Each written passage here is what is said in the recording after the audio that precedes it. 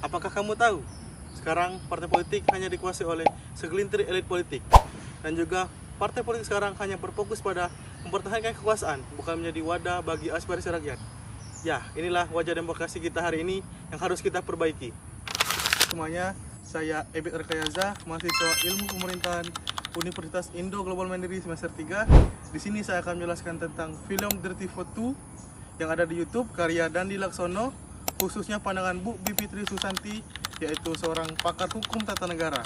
Ia menjelaskan di video tersebut yaitu tentang sistem kepartaian Indonesia yang buruk dan buruknya kinerja DPR dan lemahnya lembaga-lembaga independen di Indonesia.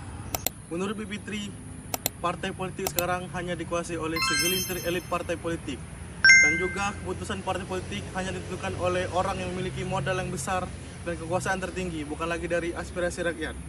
Jika kita ingin membuat partai politik baru, kita harus menyiapkan uang kurang lebih 170 juta lebih, dan juga menyewa kantor di seluruh provinsi di Indonesia, yaitu 38 provinsi. Seolah-olah partai politik kita hanya sebatas level administrasi saja, bukan disibukkan dengan kaderisasi dan aspirasi.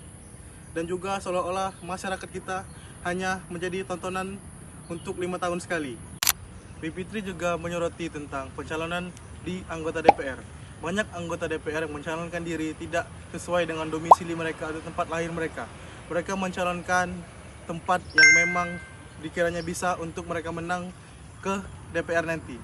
Mereka tidak tahu kondisi masyarakat di sana di mana, membutuhkan apa, kondisi sosialnya bagaimana. Terlihat bukan bahwa mereka mencalonkan diri hanya untuk kekuasaan dan juga perhitungan politik, bukan didasari untuk komitmen mewakili aspirasi rakyat. Dan juga banyak anggota DPR yang terafiliasi memiliki bisnis atau usaha, yang dimana ini mempengaruhi ketika mereka menjabat menjadi anggota DPR yang membuat kepentingan pribadi di atas dari kepentingan negara. Contohnya ada anggota DPR yang memiliki bisnis tambang. Nah, ia ditaruh atau diberikan amanah ke komisi yang mengurusi tambang. Ini bisa gawat kalau kita diwakili oleh Dewan Perwakilan Rakyat yang hanya mementingkan kepentingan bisnis mereka, bukan dari aspirasi rakyat. Dan juga Bivitri menyoroti tentang dilemahkannya lembaga-lembaga independen seperti Mahkamah Konstitusi dan Komisi Pemberantasan Korupsi, yang dimana MK seharusnya menjaga konstitusi dan KPK yang harusnya memberantas korupsi kini sering diintervensi oleh kepentingan politik. Dan juga mereka kehilangan kepercayaan publik karena sering dianggap pro terhadap kekuasaan. Ketika partai politik hanya dikuasai oleh segelintir elit, DPR tak lagi netral dan lembaga independen sering diintervensi kepentingan politik, disinilah demokrasi kita sering kehilangan arah. Sebagai anak muda, sebagai generasi muda, kita tidak harus diam dan tidak hanya tinggal diam. Dan juga saya sebagai mahasiswa ilmu pemerintahan menyadari bahwa perubahan itu tidak mudah. Perubahan tidak mungkin berubah hanya karena sebuah video.